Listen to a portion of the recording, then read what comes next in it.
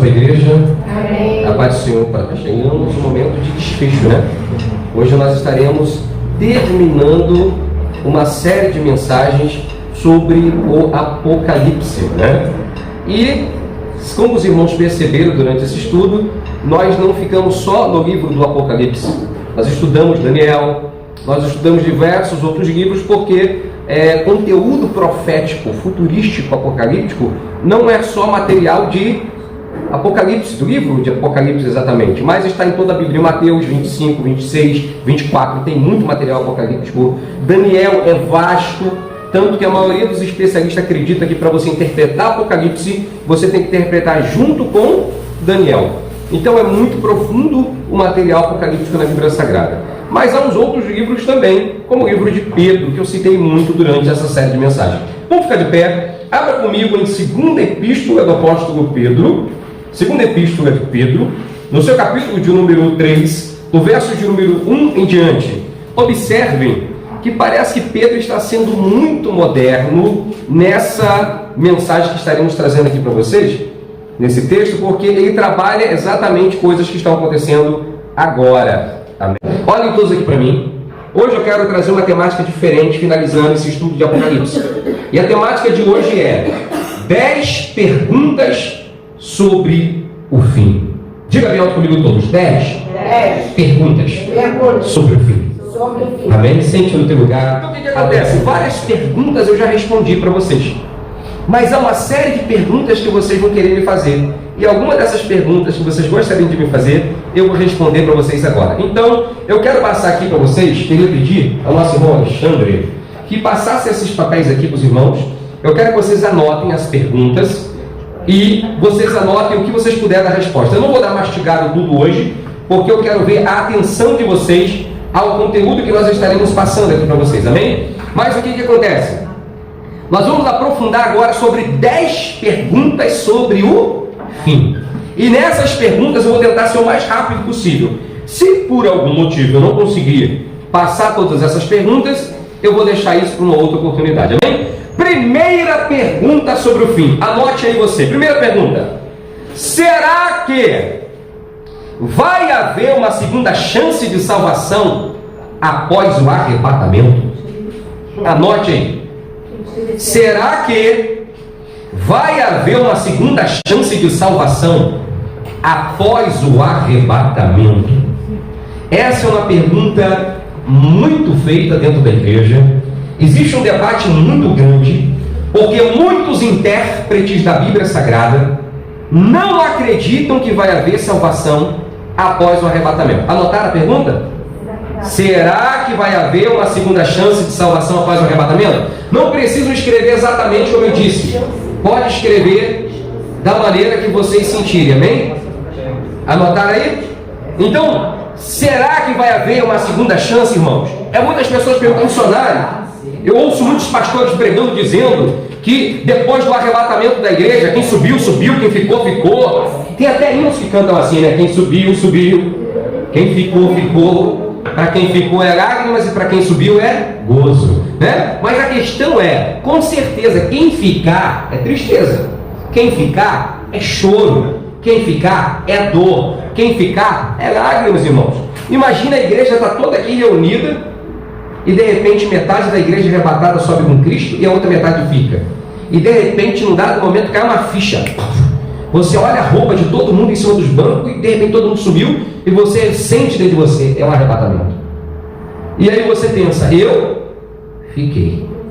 Imagina como vai ficar você nesse momento, né? Se sentindo abandonada, se sentindo que... Mas você vai saber o que eu fiz. Tem gente que vai se perguntar, o que será que eu fiz para não ter subido? Mas vai ser um momento de grande dor, de grande tristeza. Imagina pastores que pregam a palavra, pregadores, cantores que pregam a palavra, mas não vivem.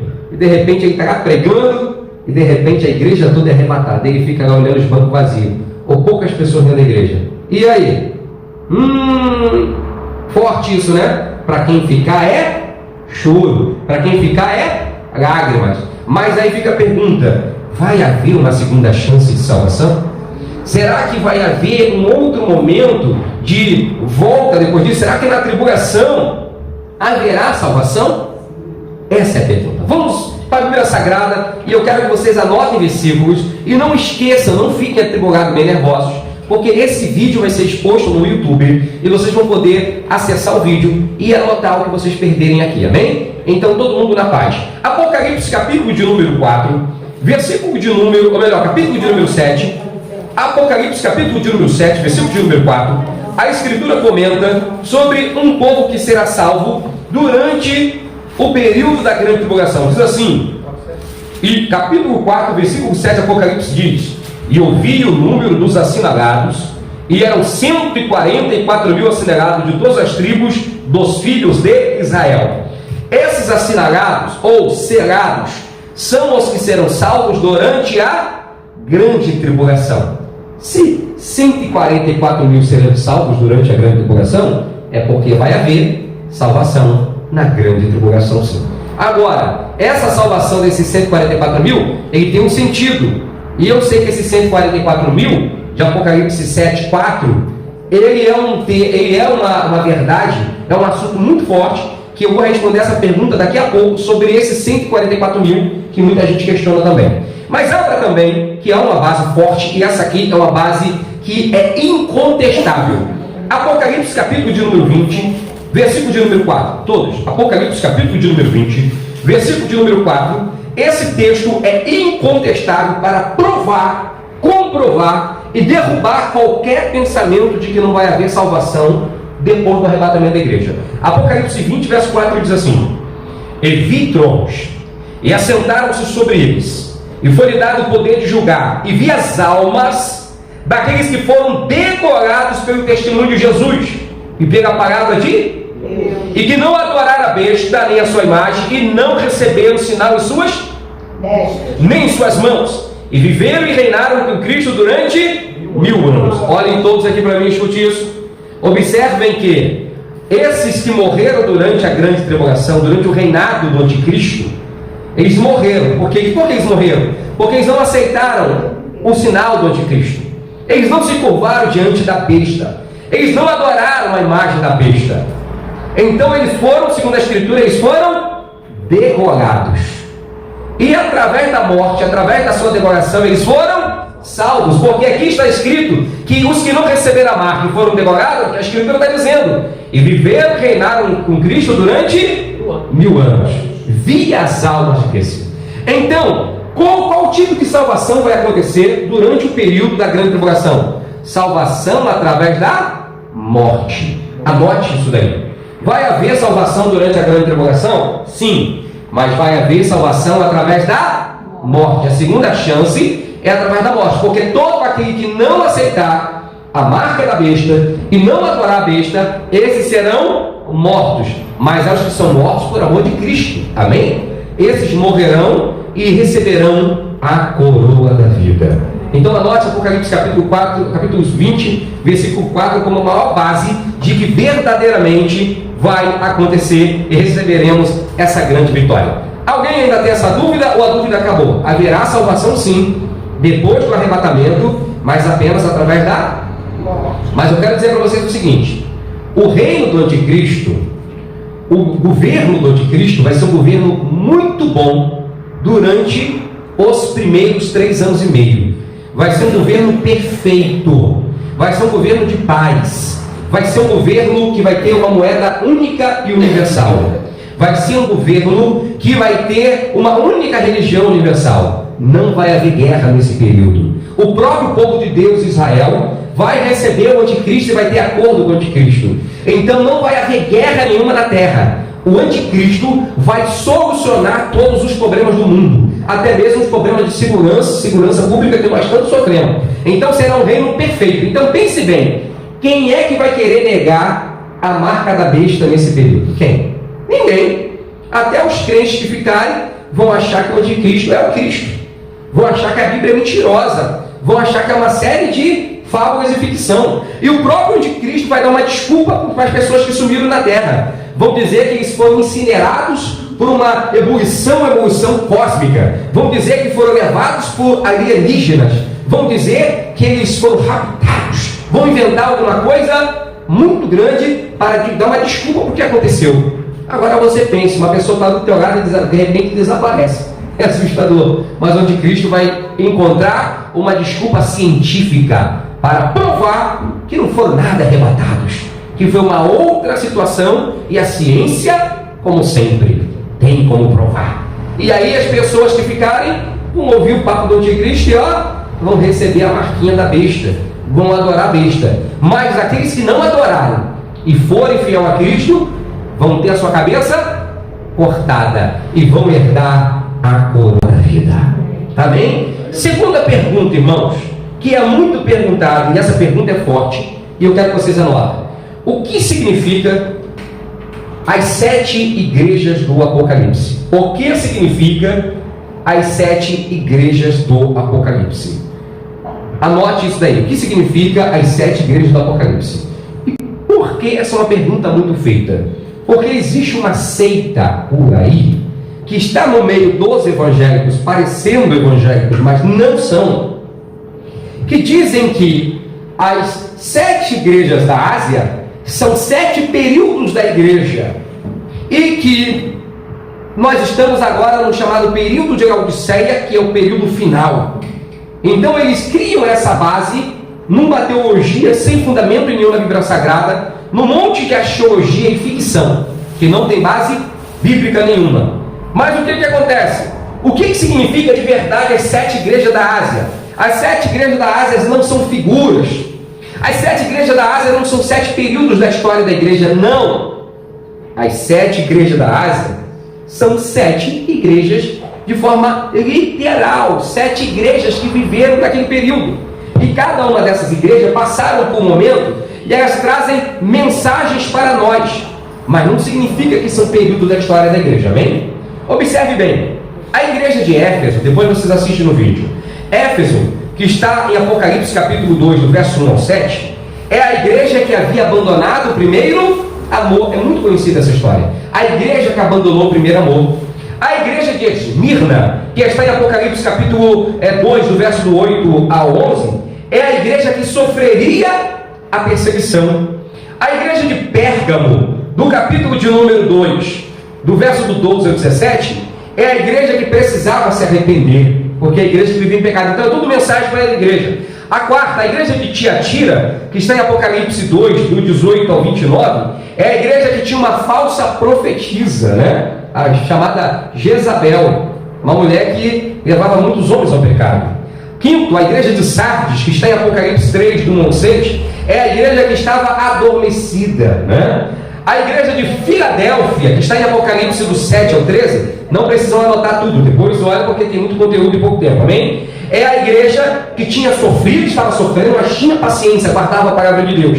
E a igreja de Laodiceia, que está no capítulo 3 de Apocalipse do 1 ao 14, do 14 ao 22, é a igreja da geração que não passará, é a igreja, né, que tinha perdido o foco totalmente do que era de Jesus. Então o que acontece? Eu quero que vocês guardem na cabeça de vocês o seguinte: as 7 igrejas da Ásia Menor, elas trazem mensagens fortes para a igreja, mas não representam mensagens proféticas e não representam os períodos da história da igreja. Eram 7 igrejas literais, mas com certeza elas ensinam muitas coisas para nossas igrejas nos dias atuais. Amém? Então guarde isso na mente de vocês, porque é uma pergunta muito forte e muita gente vai bater às vezes na porta de muitas pessoas aí e dizem isso. Tá bem? Terceira pergunta. Posso passar? Terceira pergunta, porque o tempo é curto. Tem terceira pergunta. E essa pergunta nós vamos ter que todo mundo ir para Mateus capítulo de número 24, verso de número 34. Todos para Mateus 24, versículo de número 34. A pergunta é: o que Jesus quis dizer com esta geração não passará? Isso aí é uma questão que dá uma dor de cabeça. Muita gente debate: missionário, o que é isso? Jesus aqui se enganou. Isso aqui está fora da Bíblia, porque Jesus disse, Mateus capítulo 24, verso 34. Amém? Jesus disse no verso de número 32: aprendeis, pois, a parábola da figueira, quando já os seus ramos se tornam termos e brotam folhas, sabei que está próximo o verão. Aí o verso 33 ele diz: igualmente, quando virdes essas coisas, sabei que está próximo às portas. Aí no verso 34 Jesus diz: em verdade vos digo, que não passará esta geração sem que todas essas coisas aconteçam. Então existe um debate muito grande, dizendo do que Jesus está falando. Ele está comentando sobre a geração dele, então quer dizer que Jesus se enganou, porque na geração de Cristo não aconteceu isso. O anticristo não se manifestou. Não houve o arrebatamento da igreja no período de Jesus. Ele está comentando sobre a geração, que é uma outra grande dúvida. Depois que Israel voltasse a ser uma nação, porque Israel voltou a ser uma nação, a figueira voltou a florescer em 1947. Já passou 2 gerações. Uma geração é 40 anos. Amém? Então já passou quantos anos desde que Israel voltou a ser nação? Nós já estamos indo para a segunda geração. Uma geração de 35 anos a 40 anos. Já estamos indo para a segunda geração. E a igreja foi arrebatada? Jesus voltou? Não, mas está perto. Então Jesus se enganou, porque passou 2 gerações. E disse: não passará esta geração. Então tem muita gente que acha que era depois que a figueira florescesse. Por isso que muitas pessoas marcaram a volta de Jesus, marcando a data logo depois que Israel voltou a ser nação. Quando 10ª geração Jesus voltaria, e não se cumpriu, erraram. Por quê? Porque se você olhar, e aqui é verdade, eu quero que vocês entendam, o que significa, quem é esta geração? Qual é essa geração? Quando você vai interpretar um texto bíblico, observe bem, interpretar a Bíblia é como interpretar um texto gramático, um texto literário qualquer, em certo sentido. Não em todo sentido, mas em certo sentido sim. Por quê? Quando você vai interpretar um texto, você tem que olhar o contexto anterior e você tem que olhar o contexto posterior, não é isso? Contexto anterior, contexto posterior, para você entender, porque é igual você pegar um bonde andando. Quando você vai direto no texto, isola o texto, você vai cometer erros, você vai cometer uma heresia. E se você achar que essa geração é a geração de Cristo, ou essa geração é a geração depois que Israel voltou a ser nação, você vai cometer erros. Qual é essa geração? Essa geração aqui que Jesus está dizendo é a geração que estará vivendo quando a igreja for arrebatada. Amém? Olha o contexto que vocês vão entender. Porque esse texto aqui está logo em seguida quando Jesus disse, olha versículo 30, então acontecerá no céu o sinal do Filho do Homem, e todas as tribos da terra se lamentarão e verão o Filho do Homem vindo sobre as nuvens do céu com poder e grande glória. E ele enviará os seus anjos com rígido clamor de trombeta, os quais ajuntarão seus escolhidos desde os 4 ventos, de uma e outra extremidade da terra. Se você olhar o contexto anterior e o contexto posterior, você vai ver que Jesus só está comentando aqui do período pós-arrebatamento da igreja. Então essa geração, anotem aí, refere-se à geração pós-arrebatamento da igreja. Amém? E aí Jesus disse, em verdade vos digo que não passará essa geração sem que todas essas coisas aconteçam. Então o mais certo e o mais profundo e a resposta exata para quebrar qualquer dúvida é a geração do período do arrebatamento. Anotaram aí? Todos anotaram? Quem não anotou, anotem depois. 4ª pergunta, muito feita. 4ª pergunta. Alguns aspectos da profecia do fim dos tempos já foram cumpridas? Tem muita gente que nos pergunta isso, missionário. Algumas coisas que Jesus prometeu, algumas profecias bíblicas, já foram cumpridas?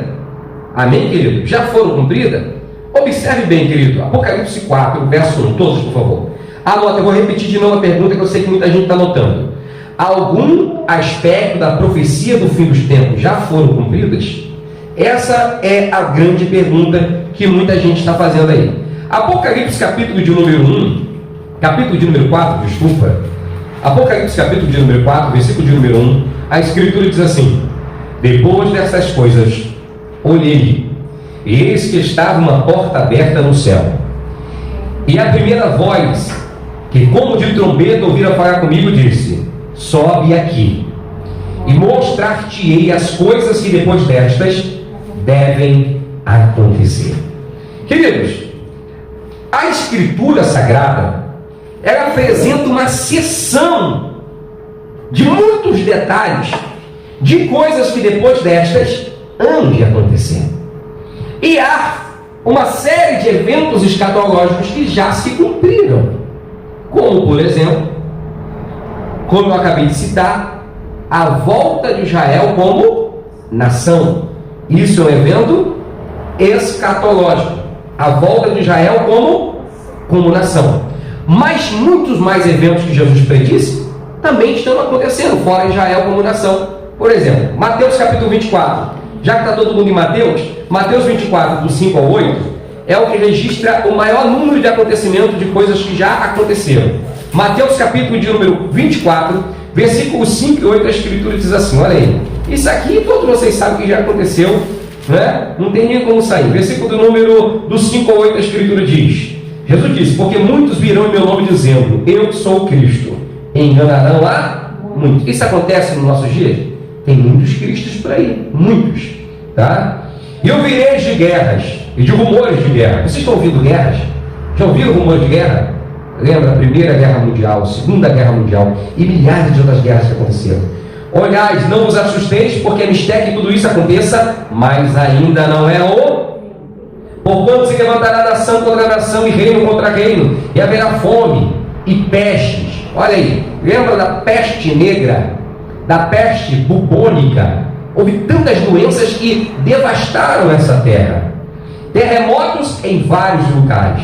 Mas todas essas coisas são os princípios das dores. Eu comentei no primeiro dia aqui sobre os princípios das dores. Mas essas coisas têm aumentado. Terremotos têm aumentado. Tsunamis têm aumentado. Maremotos têm aumentado. E uma série de situações têm aumentado. Então, muitas das profecias bíblicas têm se cumprido? Sim. E especialmente a profecia sobre Israel.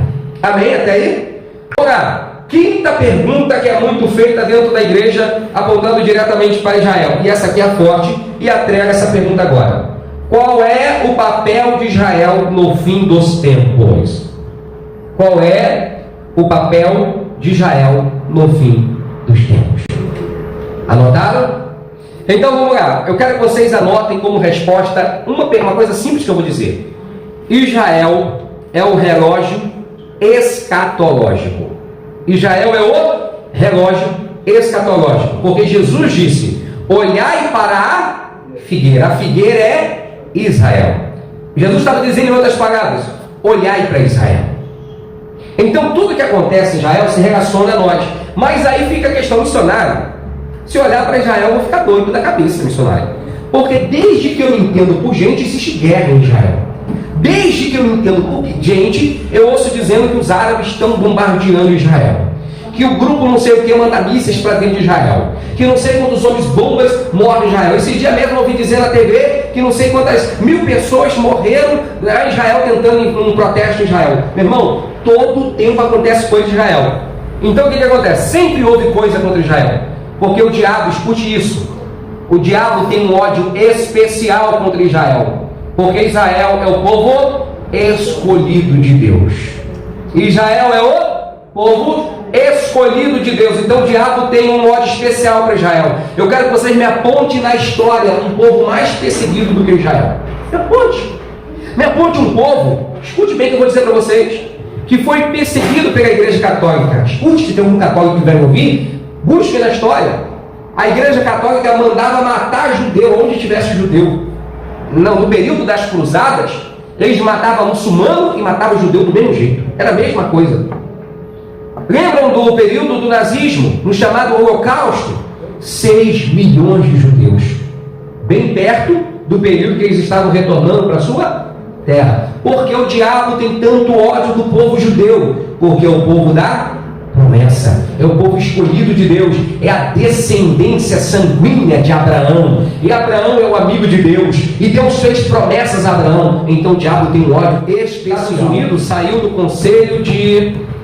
Conselho da ONU dos Direitos Humanos, porque o Conselho dos Direitos Humanos da ONU, Estados Unidos disse que estavam tramando contra Israel, e existe vários grupos de empresas que são unidas para tentar destruir Israel. Existem grupos de empresas que, se alguém apoia Israel, eles são contra essa empresa. Existem grupos que são antissemita, são anti-israelita, e sempre tentando defender a causa árabe e palestina como motivo, e atacam diretamente Israel.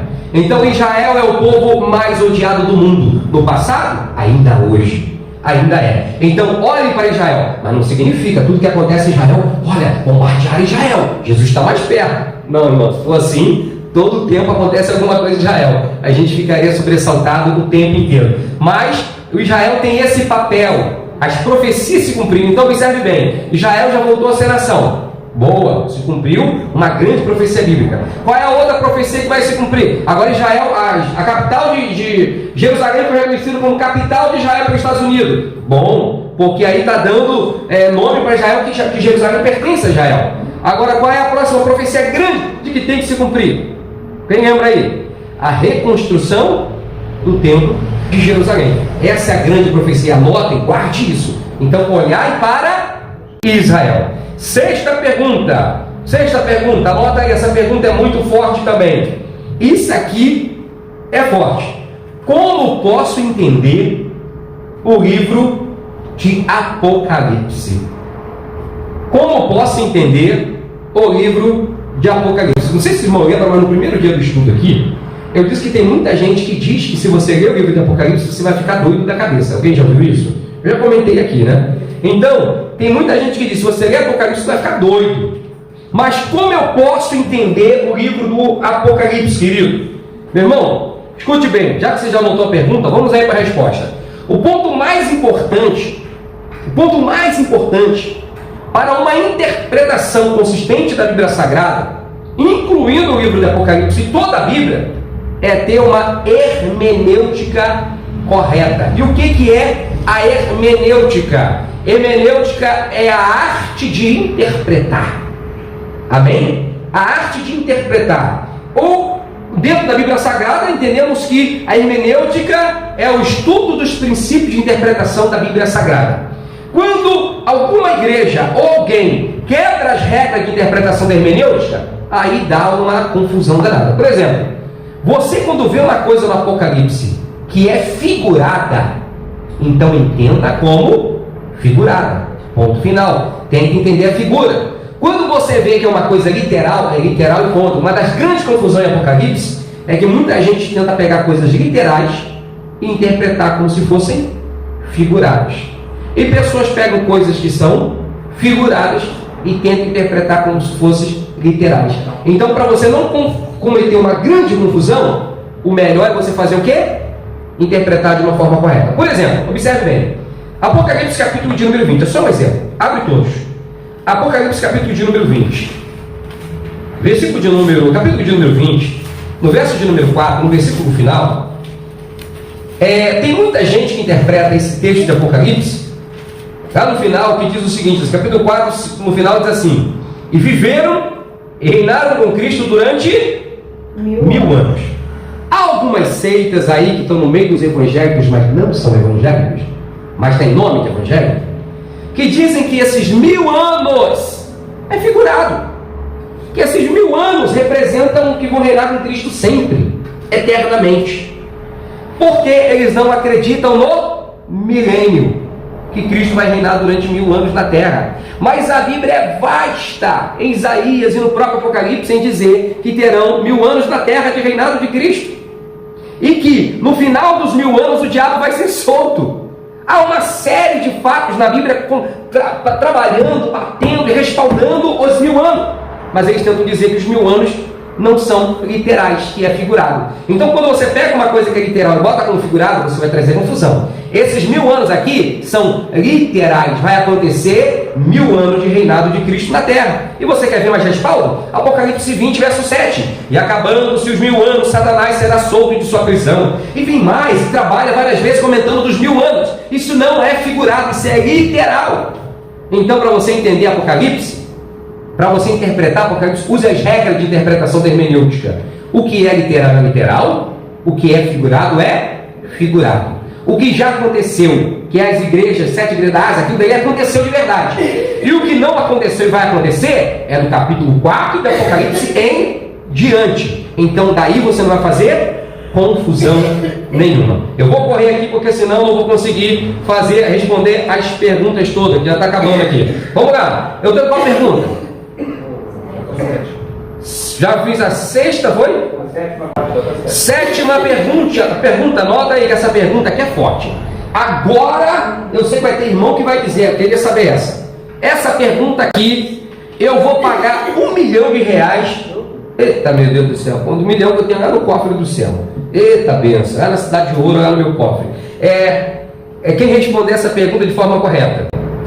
Quem é o anticristo? Quem é o anticristo? Anote, essa é uma pergunta que todo mundo faz. Irmãos, o tempo todo eu tenho que responder isso. Esse dia mesmo, meu irmão, teu irmão, ele é Nai, ouve, assiste esse vídeo, Nai. Esse dia ele ligou para mim, estava lá estudando, Silvano, quem é o anticristo? Aí ele começou a dizer, Silvano, eu vi aí na internet que o anticristo é o príncipe William. Porque foi o príncipe William que casou com uma menina agora, com a Meghan, né? Foi ele? Ele casou um príncipe inglês casando com uma mulher negra, né? A mulher até branca, mas é de raça negra, né? Uma mulher negra, então ele é o anticristo. Todo mundo está dizendo que é o anticristo na internet. Gente, o príncipe William disseram que ele é o anticristo. Coitado do príncipe William. Aí disseram também, não, já sei quem é. O príncipe William é o Emmanuel Macron, o presidente, primeiro-ministro francês. Aquele cara é o anticristo. Observa como ele articula, ele está fazendo paz com todo mundo. Ele foi no Vaticano fazer uma parceria com o Papa agora. Ele é o anticristo. Aí tem gente que diz assim, não, o anticristo é o Putin, Vladimir Putin, o presidente da Rússia. Ele já está há quase 20 anos no poder, foi eleito de novo presidente agora. Esse homem só pode ser o anticristo. Gente, será que o anticristo é o Vladimir Putin? É o Emmanuel Macron? Tem gente que diz, irmãos, que o anticristo é o Papa Francisco. Gente, nunca vi um Papa como esse. Esse Papa é bom, é um Papa sul-americano, argentino. Ele está fazendo paz, ele está mudando a igreja católica, todo mundo gosta dele. Esse cara é o anticristo. Esse negócio de que o anticristo é um Papa, isso aí é a coisa mais antiga que tem. Não. O anticristo, isso é o que eu mais ouço, é o Barack Obama. Ele saiu da presidência dos Estados Unidos, mas ele continua articulando tudo no mundo. Ele é o anticristo e ele vai voltar como presidente dos Estados Unidos e vai assumir o controle do mundo. E tem gente pasme que diz até que o anticristo é o Donald Trump. Irmãos, nunca vi um presidente dos Estados Unidos nos últimos anos apoiar tanto a igreja como Donald Trump. Vê nos vídeos dele que vê, aquele homem dá destaque para a igreja. Não vê um homem como aquele homem dá tanto destaque para a igreja. Então o que acontece? Aí todo mundo diz, ele é o anticristo. Mas deixa eu dizer para você uma coisa, a escritura não diz quem é o anticristo. Amém? Não diz quem é o anticristo. Mas abra a sua Bíblia comigo em 2 Tessalonicenses, todos. 2 Tessalonicenses, capítulo de número 2, versos de número 3 e 4. Que aqui o apóstolo Paulo nos dá algumas bases para a gente entender como é que vai agir o anticristo. Mas ele não diz, e a Bíblia Sagrada não diz também quem é especificamente o anticristo. 2 Tessalonicenses, capítulo de número 2, verso de número 3 ao 4, a escritura diz assim. Todos acharam? Diz assim: porque isso é bom e agradável ou melhor, estou aqui em Timóteo. Vocês vão ver com a pressa que eu estou aqui no texto. Capítulo de número 2, versículo de número 3 e 4 diz: ninguém de maneira alguma vos engane, porque não será assim sem antes que venha a apostasia e se manifeste o homem do pecado. Quem é o homem do pecado? O anticristo, o filho da perdição, o qual se opõe e se levanta contra tudo o que se chama de Deus, ou se adora, de sorte que se assentará como Deus no templo de Deus, querendo parecer. Observe bem que Paulo disse que ele vai se assentar no templo de querendo parecer. Então, se o templo de Deus ainda não está construído, ainda não foi reconstruído, então significa que esse é o último fato a acontecer. A reconstrução do templo de Jerusalém está perto. Quando isso acontecer, saiba que Cristo está às portas. Já está há muito tempo. Mas observe bem, o anticristo é o filho do pecado, ele vai enganar as nações, mas não temos como saber quem é. Por quê? Porque o anticristo ele vai ser político, irmão. Ele inicialmente não vai ser mau, ele vai ser muito bom. Ele vai ser perfeito, vai ser um ótimo articulador, vai ser uma pessoa que vai agradar todo mundo, uma pessoa carismática, uma pessoa que será amada e adorada pelo mundo inteiro. Tanto que a Bíblia Sagrada diz em Apocalipse que todos os povos da terra, Brasil, Argentina, estou citando de forma figurada, vão ir até o anticristo e vão dizer: por favor, anticristo, reine sobre nós, queremos o teu governo no Brasil, queremos o teu governo na Argentina, queremos o teu governo no Peru, entendeu? Ele vai ser tão bom, todo mundo vai querer o reino dele. Então ele vai ser muito bom. Então não tem como você identificar quem é o anticristo.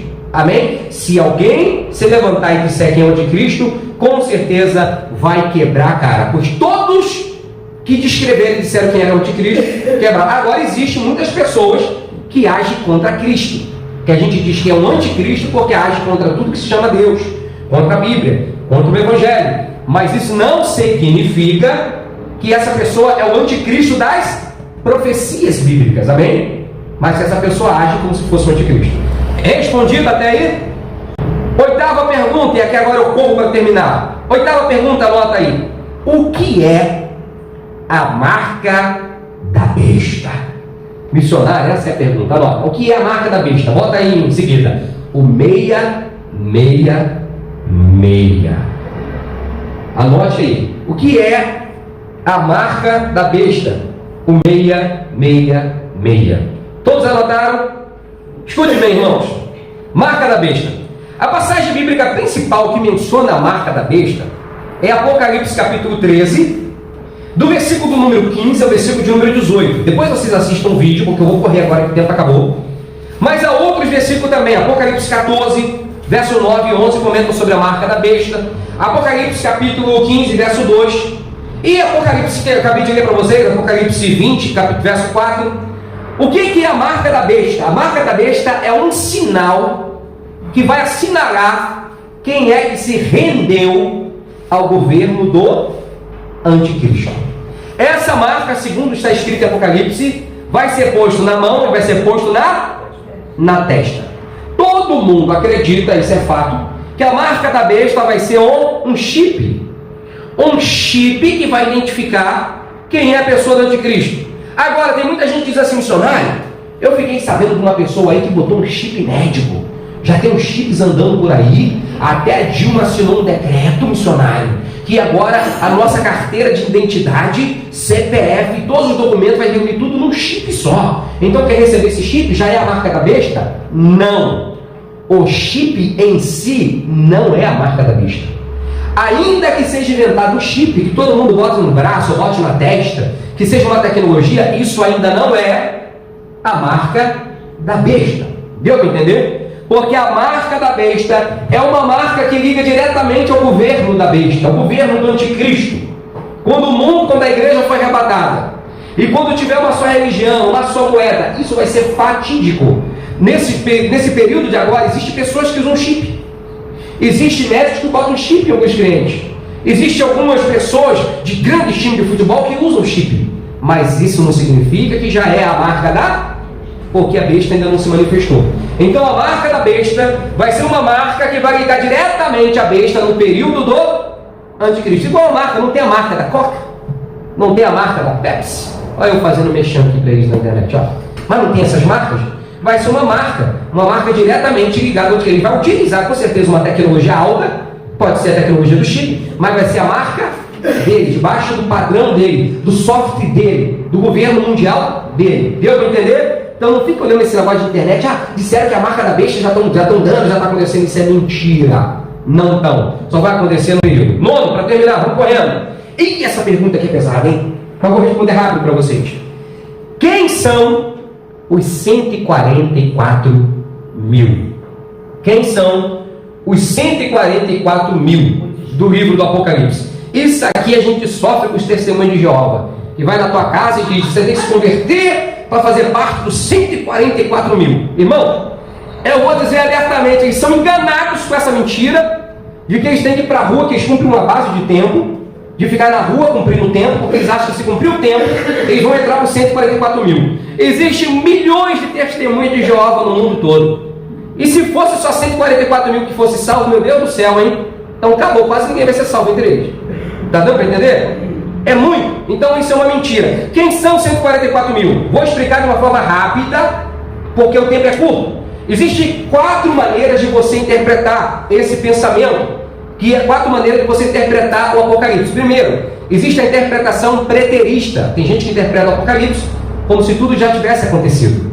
Aí já é uma interpretação. Existem os interpretadores que são os historicistas, que interpretam o Apocalipse como fatos de história que estão acontecendo. E aí é um outro tipo de interpretação.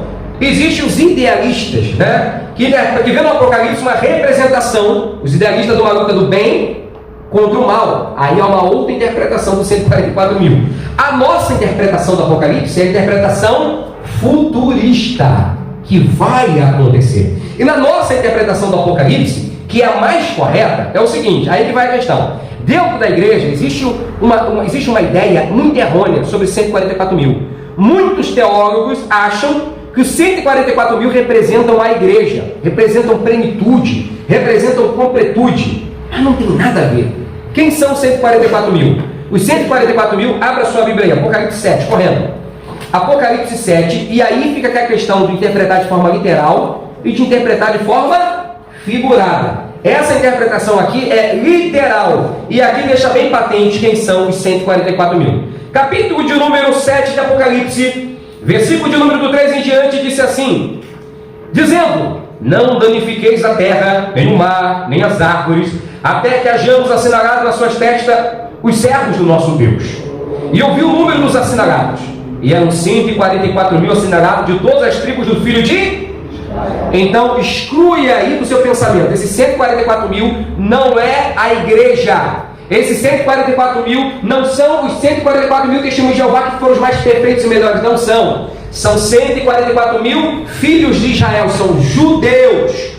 São judeus. Aí continua dizendo, da tribo de Judá, aí comenta aqui, 12 mil de cada tribo. Quem são esses 12 mil? São 12 mil judeus de cada tribo que aceitaram a Cristo como seu Salvador, são chamados judeus messiânicos. Judeus que se prostraram diante de Jesus Cristo. Esses são os cegados, os 144 mil. Não tem nada a ver com a igreja, não tem nada a ver com os testemunhos de Jeová. São 144 mil judeus, 12 mil de cada tribo de Israel. Entendido aí? E correndo para terminar, que essa aqui é a pergunta agora mais simples, para a gente terminar. O que é a batalha do Armagedon? Anotem aí, isso é uma pergunta